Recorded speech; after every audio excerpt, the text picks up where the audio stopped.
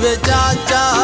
सादा भाई अपने बाला दे बदरी है बहुत खर्च कर रहा है अच्छा बाकी चाचा सही वो इंज चीज़ां खाना जिन्ना दा मैं गुनाह ही नहीं आता पैसे दे वाचा शवाबा खावणा मी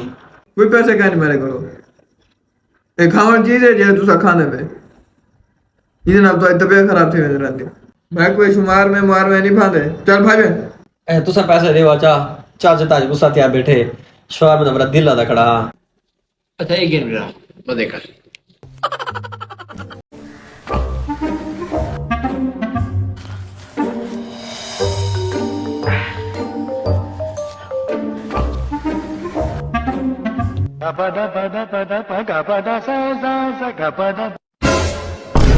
तेरे थोड़े मग तो जखा में यार क्यों वाले पैसे नहीं देने जो साला ये दुख का खत्म नहीं होता बे भूल जेड़े टूरे दिल